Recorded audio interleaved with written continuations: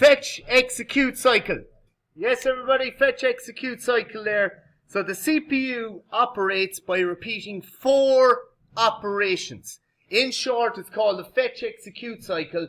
But when you look at these 4 steps, there's actually a fetch, a decode, and an execute, and then a store. Then if you want to store it somewhere. So come on, here we're all listening here off the computers. So CPU operates by repeating these 4 operations. Number 1 is fetch. Causes the next instruction and any data involved to be fetched from main memory. Decode.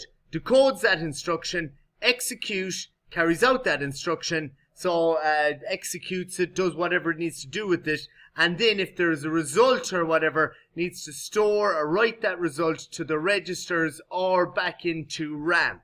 And this is a much more detailed graphic of it here. The fetch execute cycle.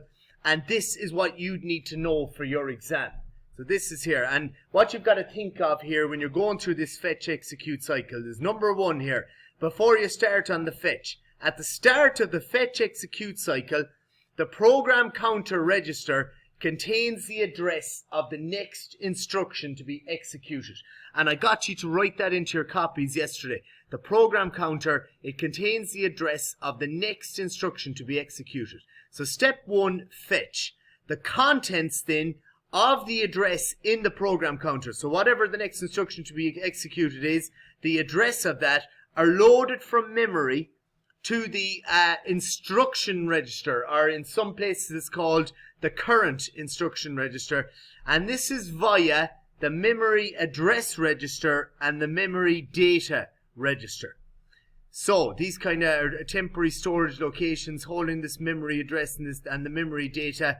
So that's what happens first of all. Fetch the contents of the address in the program counter. So that address, or what it's pointing to next, they're loaded from main memory to the instruction register. Number 2, decode. So we're still here in the control unit.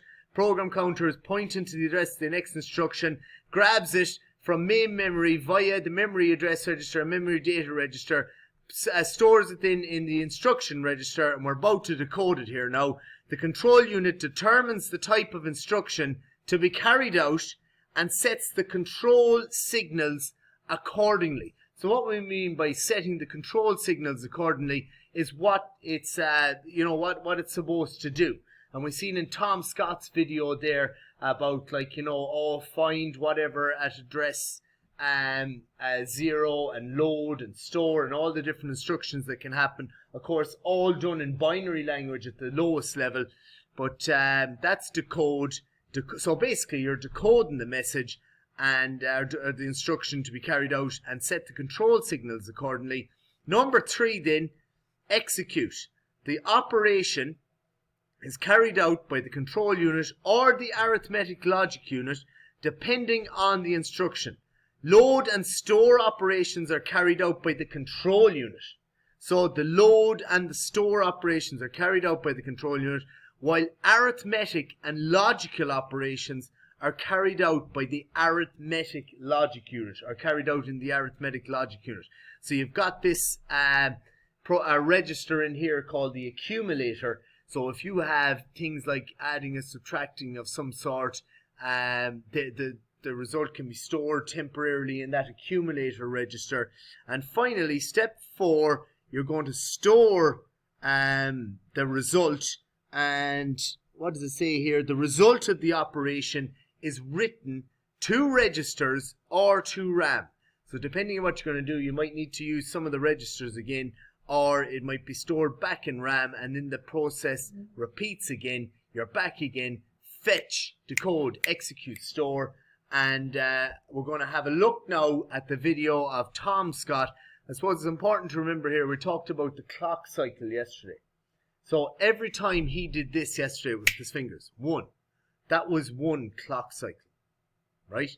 And that's considered 1 hertz. But kilohertz is 1,000 clock cycles. Gigahertz is 1,000,000 clock cycles. In fact, I'm wrong about that. Kilohertz, megahertz is 1,000 or 1,000,000 clock cycles, and gigahertz is 1 billion clock cycles a second.